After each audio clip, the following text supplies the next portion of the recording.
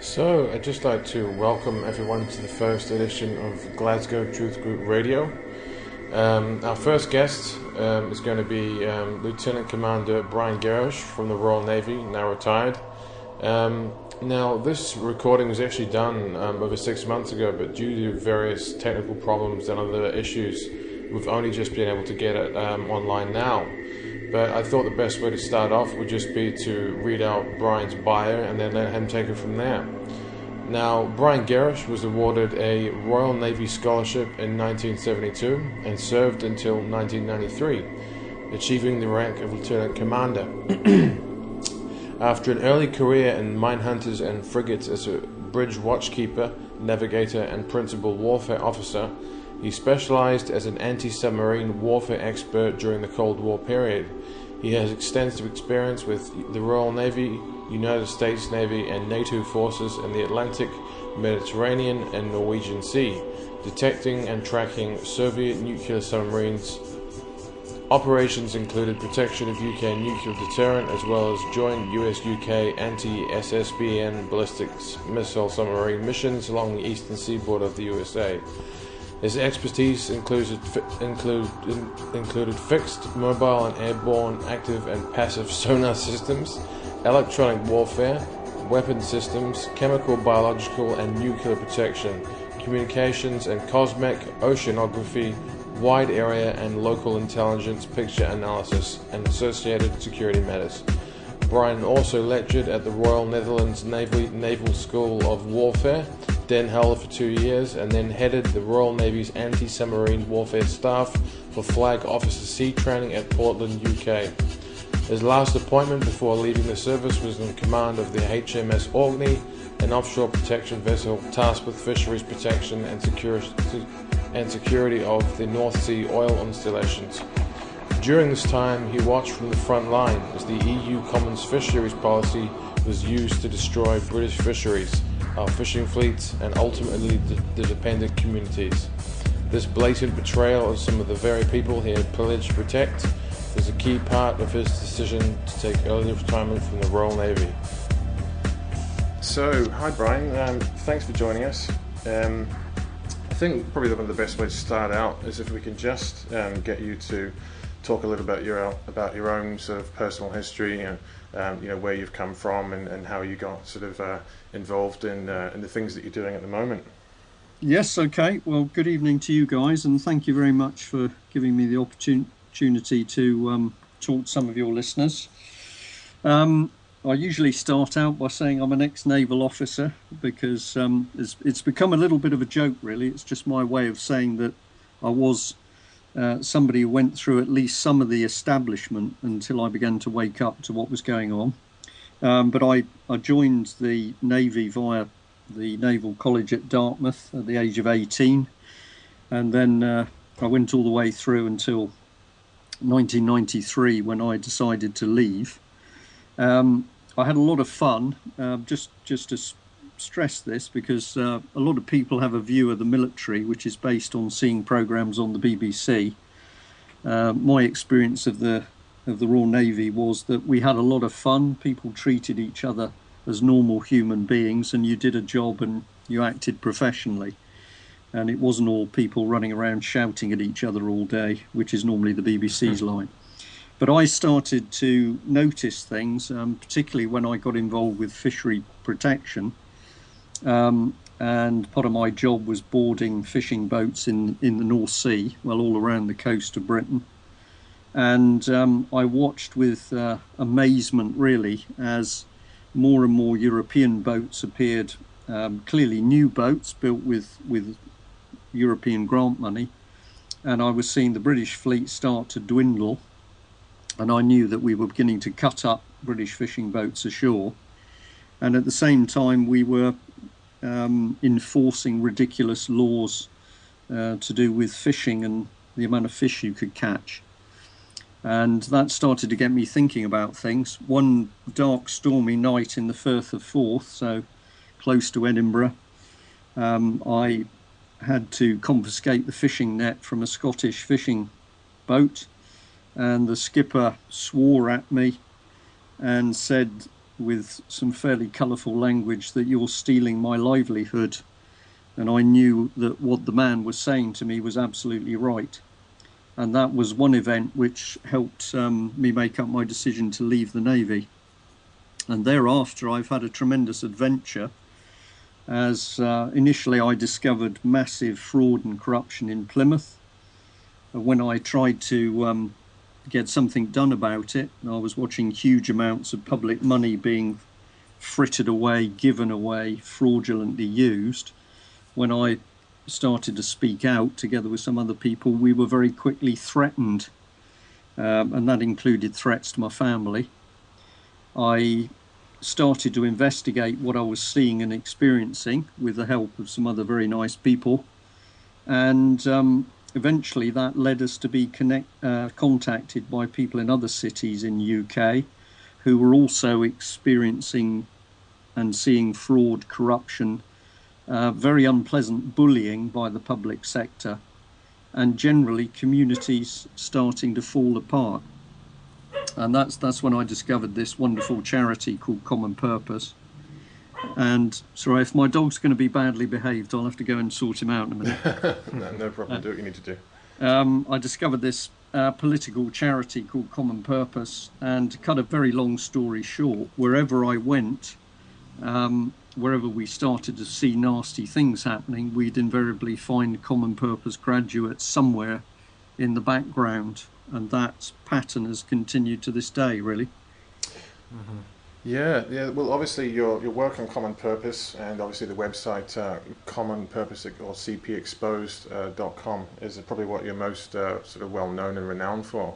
So for people who perhaps don't quite know, what the deal is with Common Purpose and don't know what the history is and why this is such a big issue, would you mind just sort of giving us a quick rundown on what is this organisation and why is it so important? Yep, certainly. Well, I like to deal in facts, because a lot of people challenge what I say, and their usual attack is to say that it's theory, and I respond by saying, well, when I talk, I deal in facts. So for listeners, what I'm saying is factual. Common Purpose is a charity. It's set up as a charity, and it's obviously registered with the Charity Commission. It says that it's there to educate people and to create future leaders. And if you read the Chief Executive Officer's books and thoughts, that's a lady called Julia Middleton. She says that basically there's a space which exists between government and people, and that Common Purpose's aim is to fill that space and to put their own people into the space and use their people in order to create change in society. But what is very, very interesting is that nowhere does Julia Middleton define what that change is. They only talk about change. I know, it was interesting, sorry to interrupt you, it's interesting what you were saying about communities falling apart. You definitely see the effect of the sort of bombardment upon the community. Yes, sorry. Because you see it everywhere. Sorry, can you hear me, Brian? Yes, I can. Yeah, I was just waiting for you to finish. Yes, we get, we being the small community newspaper that I help produce, the UK column, but we get a lot of calls every day from people across the country now who are starting to see that things aren't right. But since we're talking a little bit of history, I'll just go back a bit. For me, we're talking around about 2000, 2001.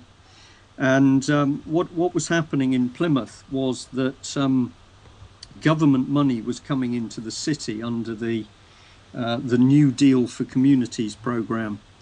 And this was a grant system where the government was giving large amounts of money, £49 million in Plymouth's case, in order to regenerate deprived areas of the community.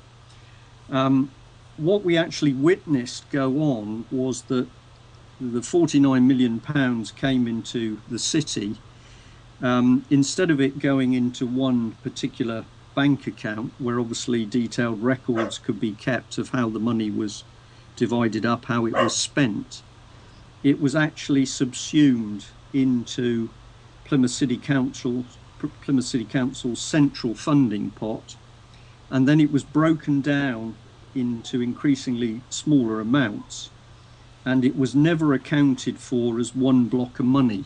So in simple terms, that £49 million disappeared into Plymouth City Council's accounts, and subsequently it disappeared itself.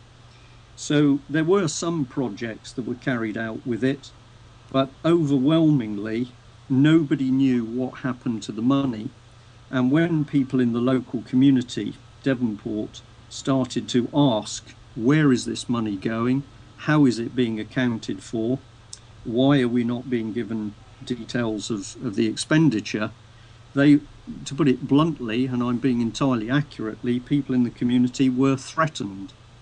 So community people who'd got involved with the local regeneration company, who were brave enough to stand up at public meetings and say they were concerned about money going missing, and they described it as fiddling of the books.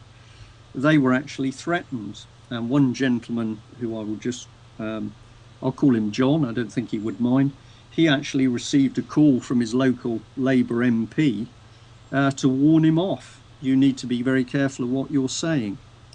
So we started to see that government money was coming in, and far from helping communities, it was actually breeding fraud and corruption. And in many cases, the money was being siphoned off to help support other Plymouth City Council budgets, etc.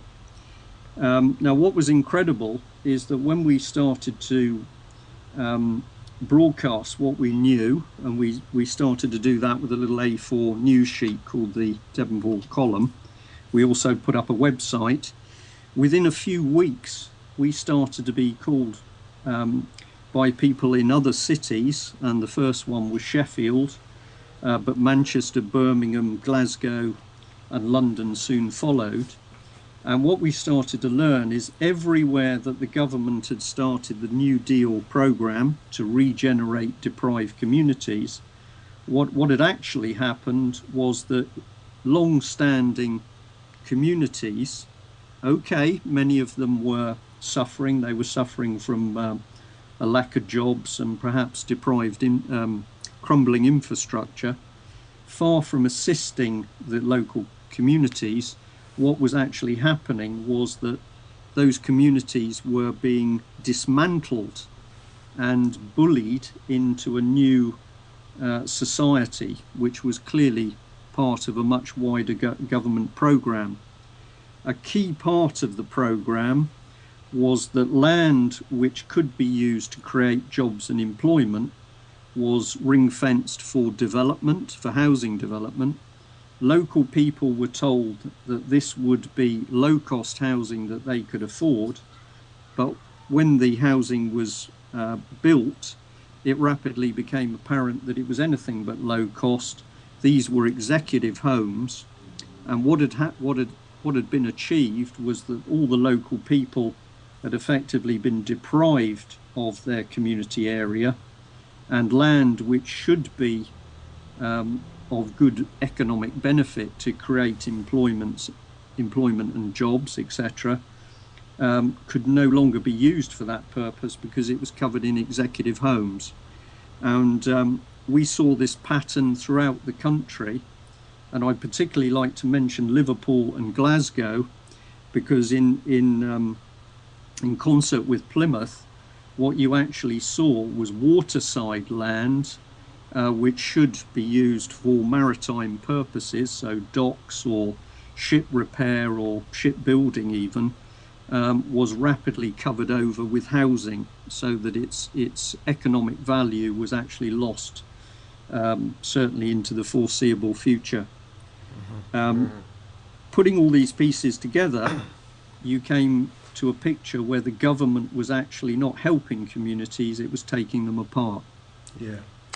So, I mean, what we're witnessing is a lot of deception Absolutely, because I have sat in many meetings where people within the local Plymouth or Devonport Regeneration Company and Plymouth City Council constantly reassured local people that they would be building low-cost housing, when even the limited statistics and figures that they released at the time, if you analyse them, it was proved time and time again that the housing would not be affordable by local people. So they lied repeatedly.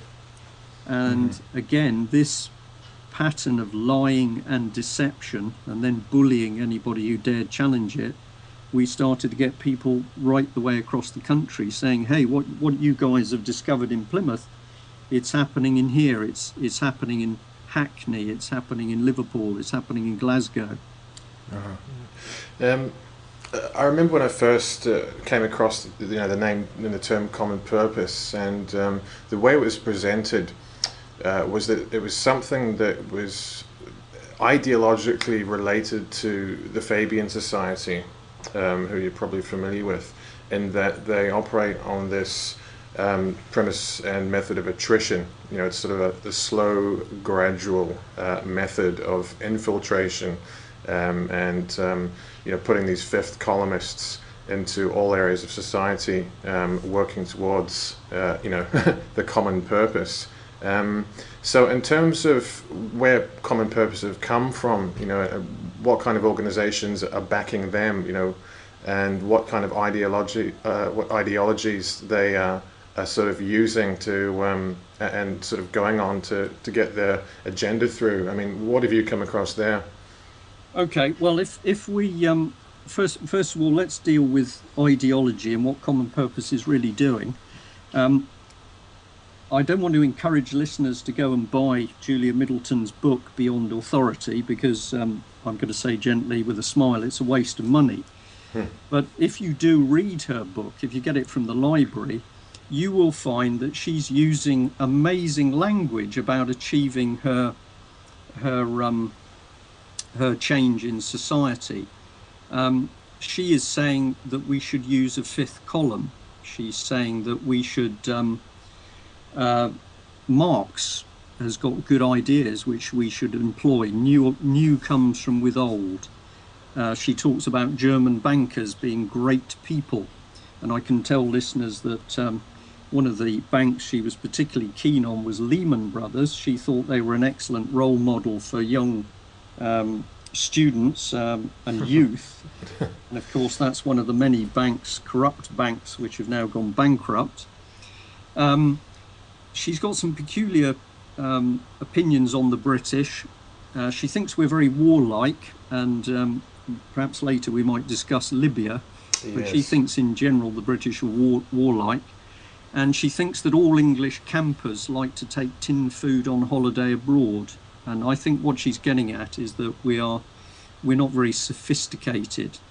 But more importantly, if you have a look at what she says about people that challenge common purpose, you discover something which certainly isn't very charitable. So she talks about running over or undermining or discrediting or bullying the opposition. She talks about shaming and embarrassing people who are in the way. And I'm one of those people, and I'm very happy to talk about what's happened to me. I'll bet. And she talks about harassing and wearing down opponents of change. And she wants to use people either as useful or expert idiots. An expert idiot is if you have a university professor, for example, who can be coerced into the common purpose way. They are an expert, they're an intellectual, hopefully, but if they can be used for common purposes, own ideological objectives, then they are regarded as an idiot.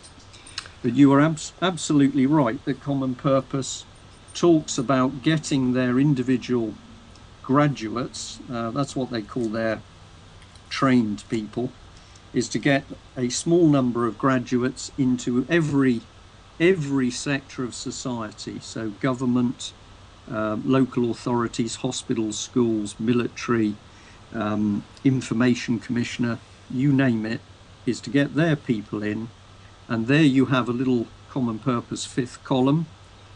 most people, or people in the organisation, would have no idea who they are, but the little common purpose cell would then work to introduce common purpose agenda into that organisation. It's a very subtle, devious method of producing political change. Mm-hmm. So see if you turn it around 180 degrees, would you say there's an all-round sort of attack upon communities and the family unit? Well, without a doubt, absolutely without a doubt. Aside from what I'm doing at the moment and my work with common purpose, the other area that we're now heavily involved in is what is happening with the families, and in particular families being torn apart and children being taken away from by the state. And again, I'm going to talk fact, and I can say that I've now attended court on numerous occasions with different families. So when I'm talking, I'm not talking theory, I'm talking about having been in the court with a mother or a father as a Mackenzie's friend, and I have seen and experienced absolute fraud and corruption in the courts, which is clearly targeted at the parents. The parents are alienated, and if the court can do it, they will split the parents up, and then the children are taken away from the parents. And this is where I'm going to say my military background made a difference, because when I was trained in the Navy, obviously warfare was part of that, but warfare isn't all guns and bullets. That's right. We've got psychological warfare, where you can do anything from something simple like drop leaflets on an enemy to encourage them to give up, and that was something the British did in the Second World War. We dropped leaflets over Germany. Some of it was pretty nasty stuff. It was suggesting that while the German troops were away at the front, that Nazi party officials were busy making love to their wives. So this is stuff to really screw around with your head. And of course, as time has moved on, it's become much more sophisticated. So when I started to look at the picture and the evidence I had in front of me, I was seeing communities attacked, I was seeing families being torn apart, I was seeing absolute propaganda in the national press and the BBC in particular. Yep.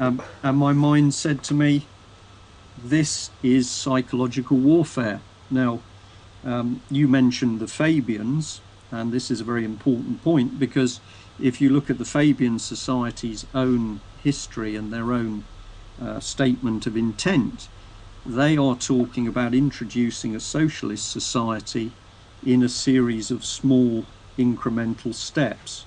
And this is how the Roman general Fabius achieved his victory against a much bigger enemy, not by fighting the enemy full frontal, but by running a series of guerrilla campaigns which eventually won the day. The Fabian Society blatantly says that's what it's doing. Julia Middleton was trained in the Work Foundation, which is not only closely aligned to the Fabian Society, but also to the other political think tank Demos. And Demos, of course, has a 100% socialist communist background. So for me, I started to analyse the picture in, I'm going to say, military terms, and I rapidly came to the conclusion that we and society were being attacked. Yeah, I mean, if you look at the BBC these days, I mean, I can barely bring myself to go onto the BBC homepage and look at the news, because I know that I'm just being subjected to absolute propaganda. It's absurd. It really is absurd, and not just, of course, at the BBC. This military style psychological warfare, which is as you know referred to as subversion, is something we're also seeing in a lot of other areas as well. I've seen some of your talks where you've sort of brought up some of the public artwork, for yes. one, the music videos, the kind of pop stars that the kids are being given, and so many other things as well. Is it not true that Julia Middleton is either the CEO or sort of in a managerial role in the Broadcasting Standards Authority or something along those lines? Is that correct? No, you're talking about the Media Standards Trust. Media Standards Trust, that's right. Okay. Yep, and this is a very interesting organisation which, it just happened to be created by some people interested in media. Sir David Bell was one, Julia Middleton. But when you dig into it, you find there's a very, very interesting mix of people. We have judges, we have very large international banks. I believe Goldman Sachs is one of them, and Rothschilds. So we have a group of people who met. They decided that there was a need to help the media become more, what's the word? I wasn't going to say open in their progressive, more balanced in their reporting, right, and more reliable and safer.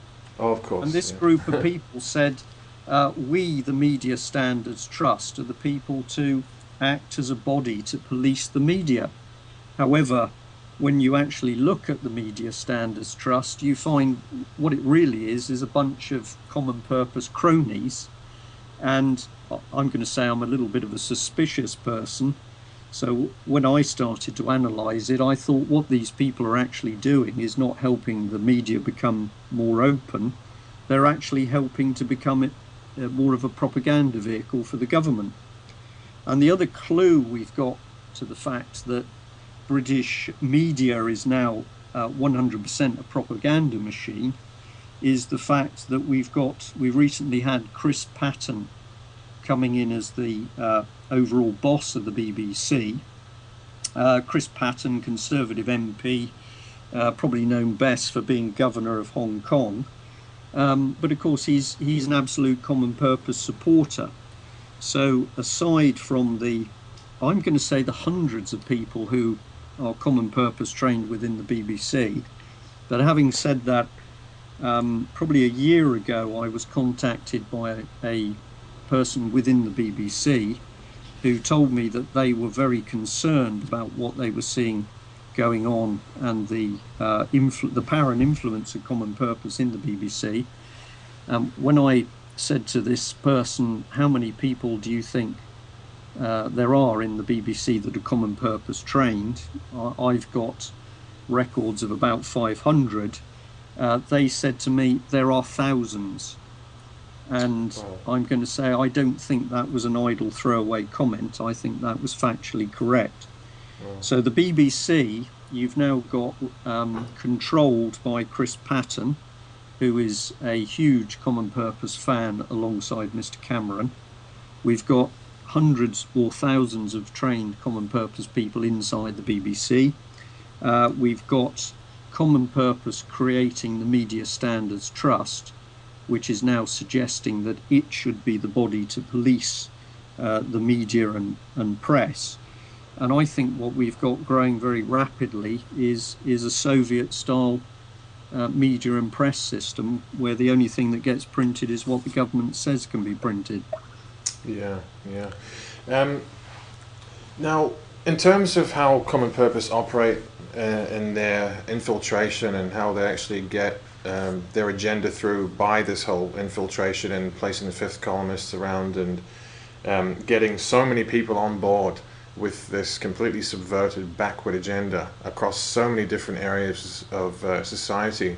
Can you talk a little bit about how they do that? Because I've seen you bring up, the subject of NLP, which is neuro-linguistic programming, in other talks, and you've talked about how some of Julia Middleton's promotional videos have featured a heavy use of NLP, and that many of the common purpose training programs focused on NLP as well. So obviously that's quite a key aspect in this. How do you see this factoring into how they get so many people in so many areas of society all over the country into the same agenda and the same subverted way of thinking? Right, well, that's a really good question, and it's an area where I'm going to say I learned a lot, and I had to change some of my views about how it worked. But if we deal with the factual side, Common Purpose says on its, if you go to the website, and it will advertise courses, and basically Common Purpose says we run all these courses, and you, the public, it doesn't matter what your status or background, you can come and do our wonderful leadership courses. And when you've done the course, you become a Common Purpose graduate, and you are then qualified as a future leader. That's what they say. What can be easily proven from their own material is that that's absolutely not how it works, because you can't just phone up and book onto a Common Purpose course and do it. What they actually do is take names from applicants, and they send out a questionnaire where you fill in quite a lot of detail about yourself, and then a Common Purpose board in each city, they have what they call an advisory board of senior Common Purpose people. The people on that board vet, they sift through the applications, and they decide who they want on the course and who they don't want on the course. And in some of my talks, I've put up the documents which show, for example, that they rejected a businessman in Ipswich, because they considered him too Ipswich. And when I've asked an audience up that way what they thought that meant, their response was that he was a bit of a country bumpkin. So it's absolutely false that you can just do the courses, you get vetted. And when we look at the people who do the courses, overwhelmingly the people who are selected are people who are young, professional, and who have power and influence in their job, or if they don't have direct power and influence of substance, they're surrounded by other people who do. So that's the first point, that the vetting process goes on. How do they approach people? Well, again, we get similarities here with cults, because Common Purpose will gently put out feelers. Somebody who's a Common Purpose graduate will approach another person and say, I think you are the right material to come on this wonderful course that I've done. And what they're doing is stroking people's egos. You're the right sort of material to come and do what we're doing. And so slowly but surely people are encouraged onto the course. Now that's one approach, but within the public sector, what we have seen and we can prove time and time again is that if Common Purpose can train somebody with power and influence, like a human resources person or the chief executive of the council, then they simply get the chief executive of the council or the human resources officer to nominate people within the council to go on the courses. And in Leeds, we showed that Common Purpose was so confident about this process that within Education Leeds, the education department, they were actually putting up future forecasts of how much money they would get through Leeds courses, i.e. the council will spend 10,000 on us this year and 15,000 next year. So it's a combination of cult type stroking of people's egos to get them to volunteer, and simply getting into a system and using their people to nominate others to come on the course. Now, if we deal with what they do on the course, in the early days, and I'm going to say following on from that, I started to get people brought to me who were not well. The first ones were all ladies, but later on I had some men brought to me. If I deal with the first person, she'd done a Common Purpose course. She was young, 29 years old, intelligent, professional. She was invited onto the Common Purpose course. She did it. Back at work, she started to be bullied by her line manager. This was in a quango, so not a true public body. The man was very blunt. He suggested that she should sleep with him. It was okay, he said, because he knew how to treat a mistress. And he later made another approach, equally crass. And so the lady complained to the human resources lady. Within a short space of time, it became evident to her that everything she'd said to the human resources lady was all around the organisation, and that she became victimised. It was your fault he did this, you shouldn't have done it. If you were one of us, you wouldn't have done that. And eventually the psychological bullying really started to drag her down, and she became quite frightened. She was also told that they were not going to renew her contract when it came up in about 6 months. Now, when she was brought to me, this lady was very nervous, very frightened. She knew that there was something unpleasant about Common Purpose, in the way that it was Common Purpose people in the organisation ganging up on her, but she didn't really understand it. What interested me is that when I asked her what she had done in a 48-hour training course, where she'd gone away to a local hotel, this intelligent, educated lady did not seem to be able to fully remember what she'd done. So she could give me a few details of what had actually happened in the 2 days, but to me it seemed that she had trouble remembering some of it. Now, I'm going to say that this is where my military training came in, because I was aware of techniques to influence people, which we can call some of it hypnosis, or we can call some of it applied psychological techniques. But I knew something was wrong with the lady. I was able to help her, and subsequently I had other ladies, and as I say, later some men brought to me, who were also involved with Common Purpose but had become fearful of it. However, it wasn't until I was contacted by an NLP trained person that I really understood what was going on. And the gentleman who contacted me, who is not only fully NLP trained, but he uses it as a practitioner to help people with all sorts of problems, so fears, phobias, depression. But he said to me, "Brian, you realise what they're doing?" And I said, "Well, I'd like you to tell me." And he said, "Well, I've watched Julia Middle's video. I'm now looking at other material for Common Purpose, including written material, and they are using neuro-linguistic programming."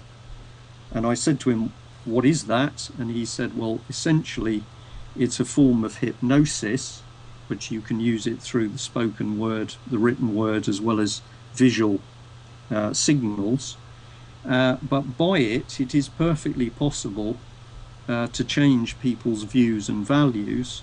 And also somebody who is very skillful can put ideas in a person's head that they would have no idea how they got there." And the gentleman concerned was good enough to analyse that early Julia Middleton video, in which he showed how she was using, I'm going to say, quite sophisticated NLP. It wasn't the top level stuff, but certainly that's what she was doing. And the danger of this form of applied psychology is that unless you are forewarned or have a little bit of training in it yourself, you'll have no idea it's being done to you. Mm-hmm. That's one of the key sort of, well, that's the way NLP works, isn't it?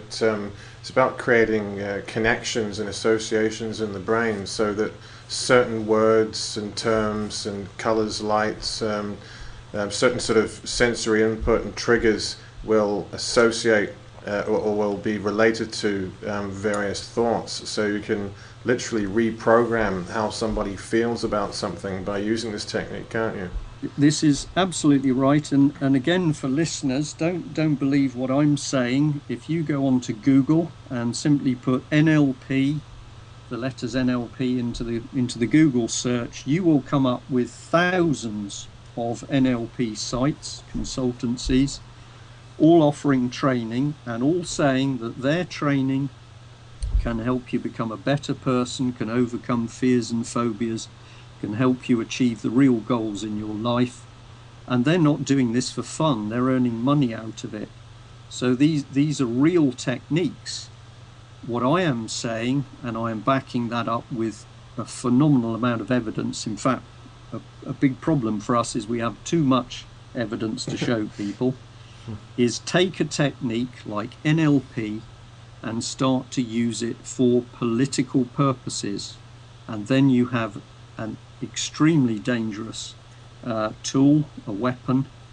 And we now know, we know absolutely that we're on the right lines with this, because we've printed this in the UK column recently, a newspaper, but the government has admitted in its own documentation that it has set up in every public body, so Department for Education, NHS, military, Department of Work and Pensions, Home Office, every government department now has a behavioural change cell, and the government's own documentation, some of which we've quoted from in our articles, the government's documentation says some people may realise that their behaviour has been changed, but they will not understand how it was changed.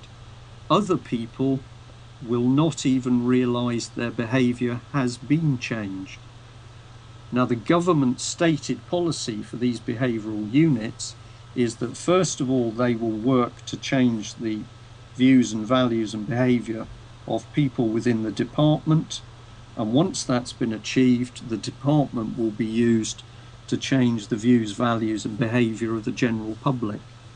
And I said as a throwaway line, Stalin of the Soviet Union would have paid in guns, bullets and blood to get techniques which could allow political objectives to be infused into the general population in this way. Mm-hmm. Yeah, I know. Cause I suppose the overall thing with psychological warfare is to disable the enemy before they fire a shot. Well, that's absolutely the case, because these are subversive techniques, which we can come back to the Fabians here. You dribble them in little step by step, so that people don't really pick up on it, and then the effect one day is at that tipping point. There's no major effect, and then suddenly there is a major effect. Now, one of the things I'd like to perhaps get some of the listeners thinking about, I'm sorry, this is not a very nice subject, but no, go on. If we look around the country, we are getting reports of more and more young people committing suicide. Mm-hmm. And if we go into South Wales, the suicide cluster there is vast. We're talking about 35 people, overwhelmingly young people, teenagers and young 20s, who've committed suicide in a very small geographical area. And at the moment, there is no full explanation for this. But when we look at the details of the suicide, something interesting emerges, and that is that, for example, young girls have been hanging themselves. Now, why should we be interested in this? Well, statistically, it's the boys that hang themselves. If a girl, particularly a young teenage girl, is going to kill herself, she overwhelmingly uses drugs, or perhaps cuts her wrists, or both. But in the South Wales suicide clusters, the suicides are unusual because we're seeing young girls who have hung themselves. Now, there is no full government explanation for this, but what I'm going to say we do know is that within the school environment, youth club environment in South Wales, one common purpose has been very active, but also we're seeing other applied psychology being used on children and young people. And the danger of NLP, even for a normal practitioner, is you could treat somebody, say they had a phobia of flying, and you could help them overcome that fear. But none of the people absolutely know what goes on inside somebody's brain. So if somebody comes to them for help and that person has a weakness, let's say they suffer from stress or depression, or perhaps they have some personality issues, then any form of interference with their psyche and their memory and their personality can backfire. And it doesn't have to happen the day that they have the NLP treatment. It could happen a month later or a year later. And what I'm going to say is that at the moment we are seeing a dramatic increase in suicides, particularly amongst young people. It's happening there in South Wales, but there are other suicide clusters happening in Northern Ireland, for example. And if I could put the resources on them, I would start to look at whether these young people have undergone any form of applied psychology, much of which could have come in through their schools and colleges. Yeah, that's right. Well, if you look back at some of the documents that the government has put out, the UK government has put out on this this type of behavioural change, I mean, they're quite open about it. Obviously, they use very diplomatic language, and it's all about helping us and stabilising society and whatnot. But there was work that a guy called Dr. David Halpern did, which you may have heard of, called Mindspace. And obviously it's an acronym, and each word in the acronym stands for a method in which people's behavior can be changed through various forms of stimulus in society. So yeah, I mean, they've got no problem in... It's like the same sort of techniques they've used in China with social disapproval, and where they basically use the group. They use the group for showing social disapproval upon the individual. Yeah, so it's the same sort of techniques. Yeah. Yeah. Well, one of the other key techniques which we observed being used, and this was used a lot during the early days of these New Deal programs, was the Delphi technique. And this particular part of the Delphi technique is where you set up a public meeting where the public comes in all innocence to think that their view is going to stand for something.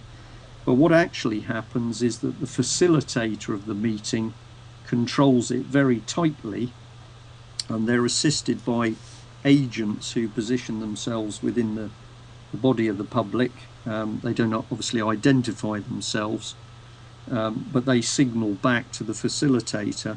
And by this means, anybody who stands up and forcefully puts a case across, they're not shouting, they're not being angry, but they are well informed.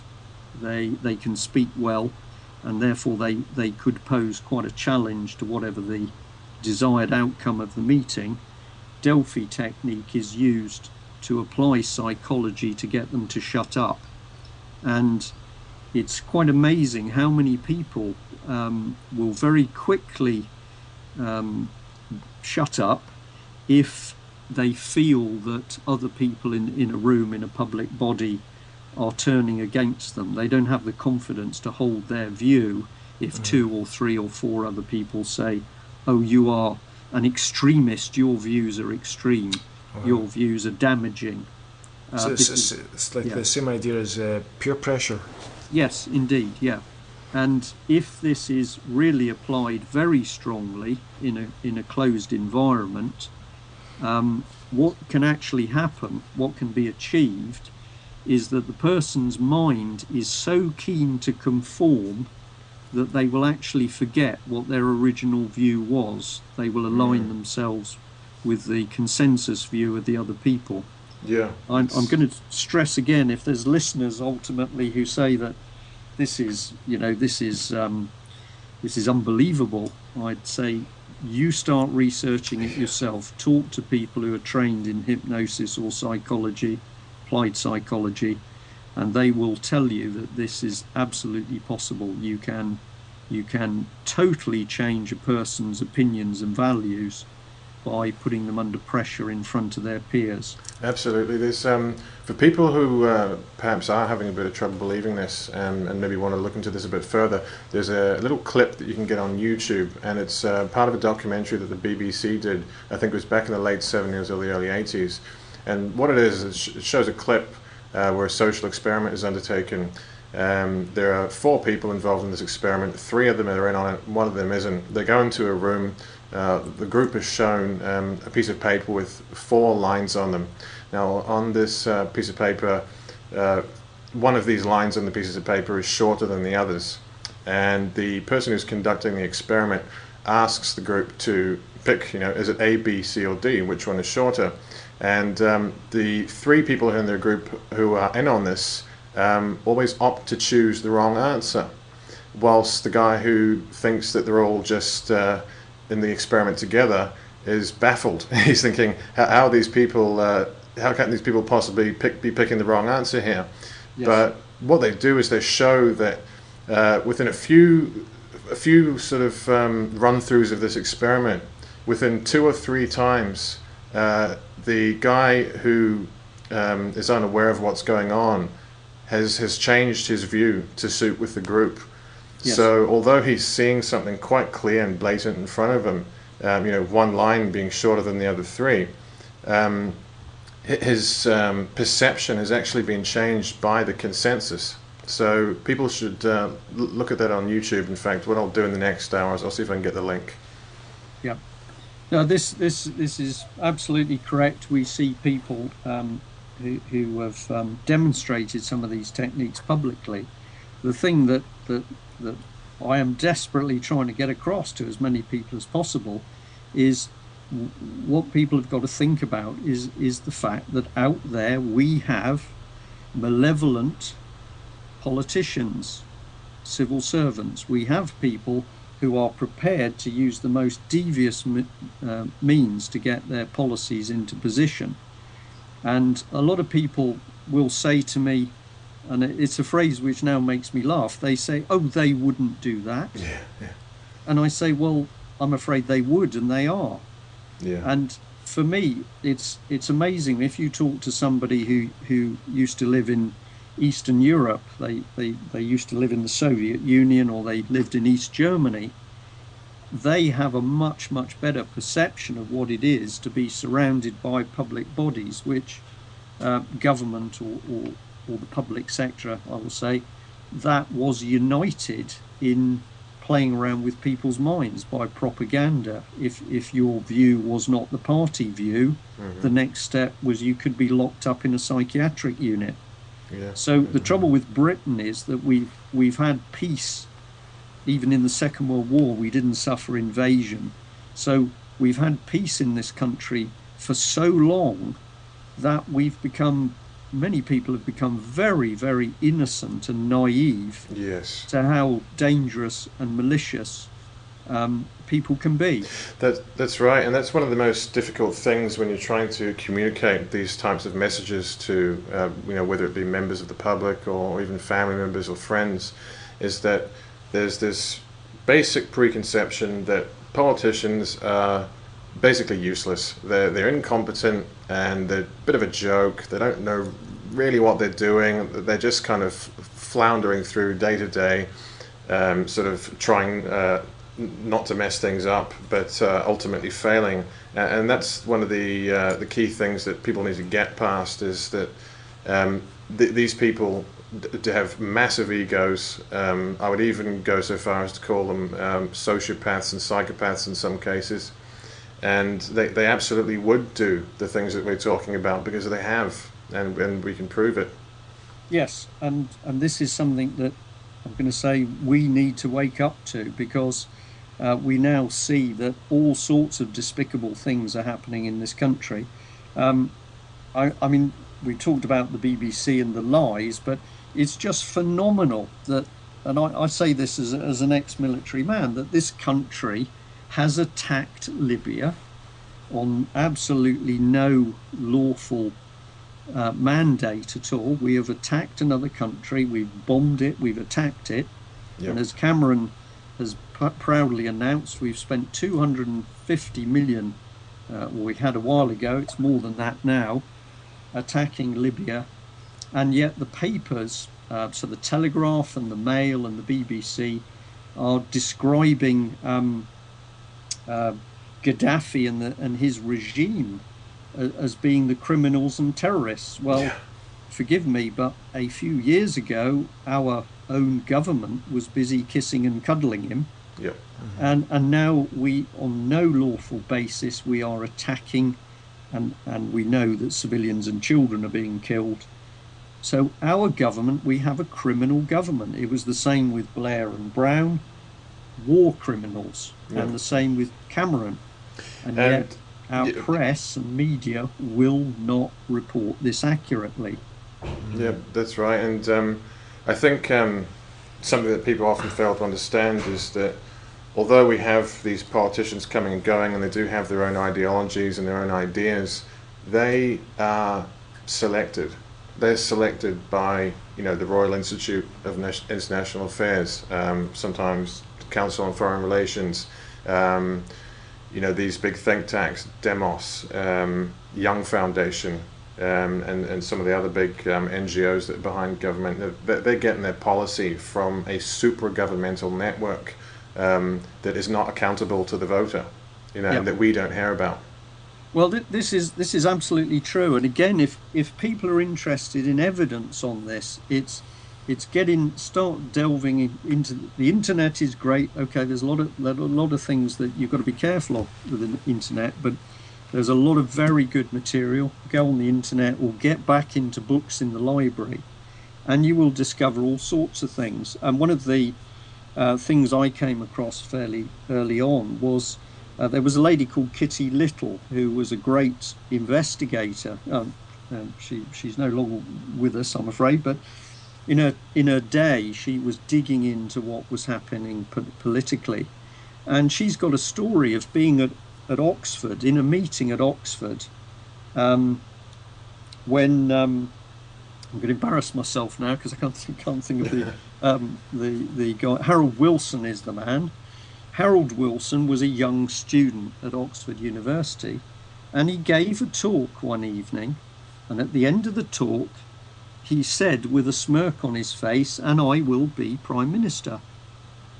Mm-hmm. And then the next minute he is Prime Minister. Now that's either an amazing coincidence or he knew something.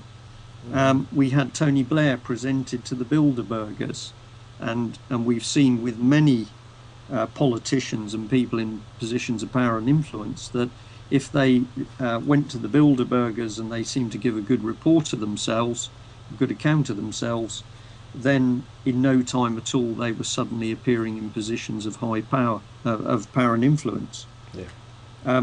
So for me, when you delve into the evidence, the historical documentary evidence of these meetings and who was there, and you then track their careers through, it's evident that these very high-powered think tanks, who is powering them? Well, it's money, international bankers. These people are selecting and choosing our politicians. Mm-hmm, that's right. While we're on this subject, I've got stuff racing through my mind. Perhaps you can help me, but there was a young MP from Cumbria who attended the June Bilderberg meeting in Switzerland this year. Right, the one just gone now. Right, yeah. Now his name escapes me, but there's film of him attending the Bilderbergs on the internet. In fact, the film shows a group of them out walking in part of the countryside. The nature walk, yeah. Yeah, and if you watch this young politician, he's in his 30s, I think, but I'm going to call him a young man. He's absolutely fawning over the other people. He's like a small child, in awe of the grown-ups around him. Yeah. And not only was it sickening, but what it obviously tells you is this man is being groomed for high places. Absolutely, he's being brought into the fold. Yeah, absolutely. And it makes sense that you'd want to pick, you'd want to groom and vet someone who had the right sort of character traits for the job.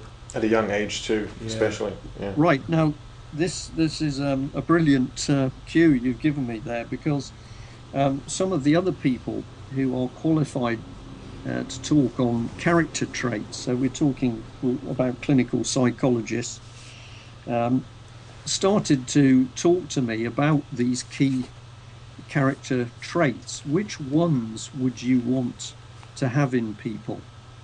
And basically they are interested in the narcissistic personality.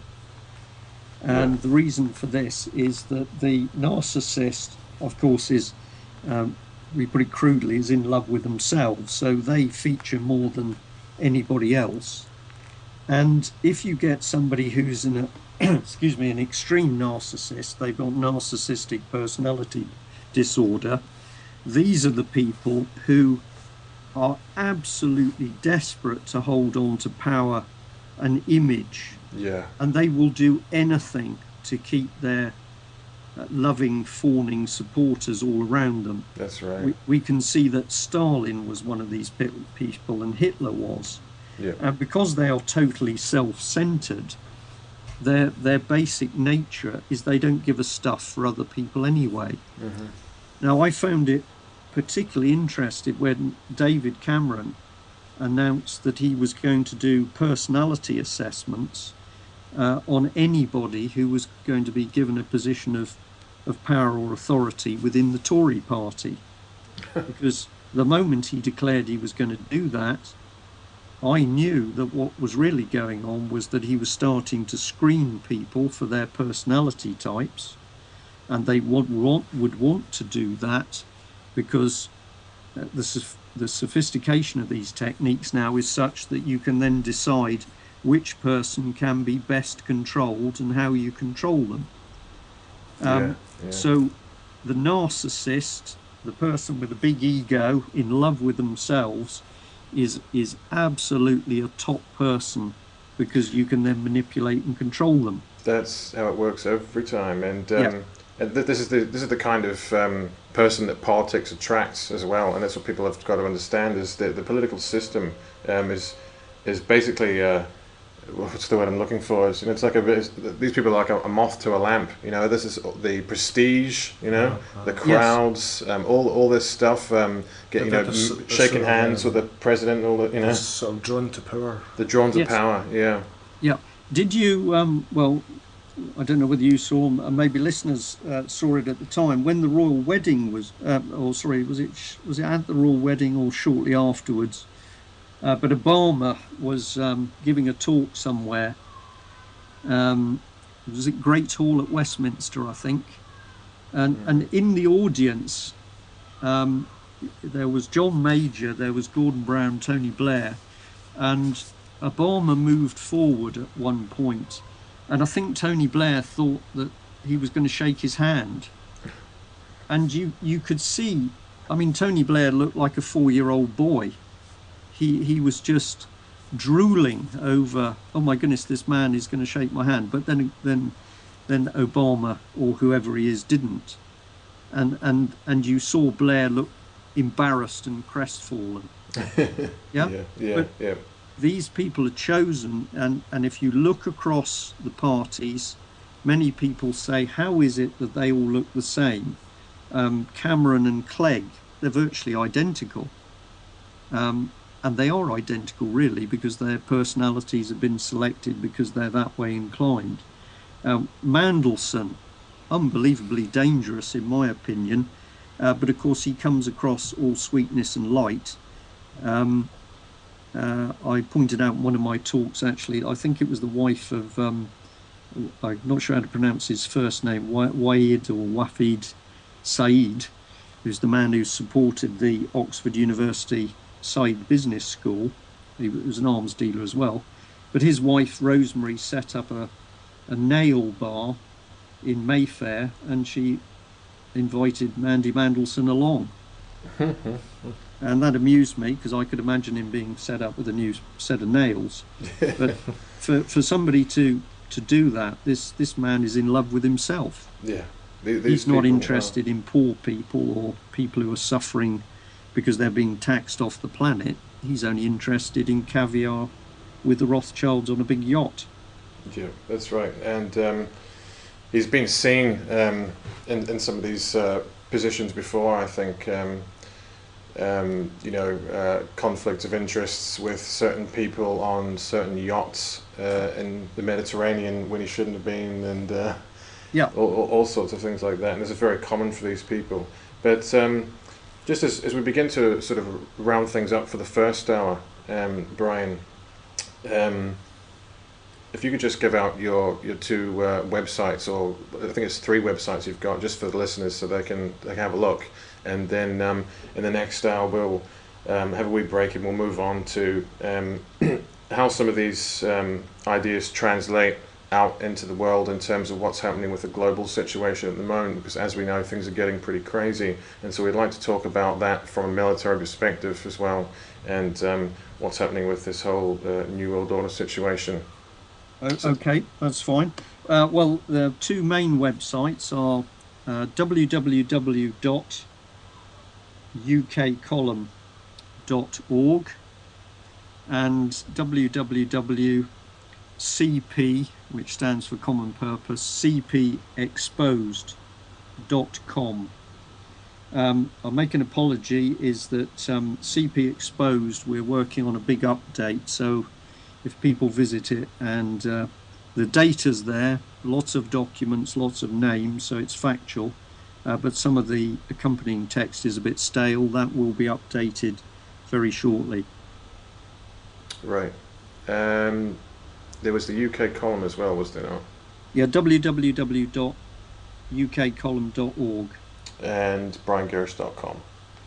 Yes, if you want to talk to me about that, that was my my site standing at the election. I wanted to test the system, and it was very enjoyable. But if anybody's worried that I'm a narcissistic MP candidate, that's absolutely not true.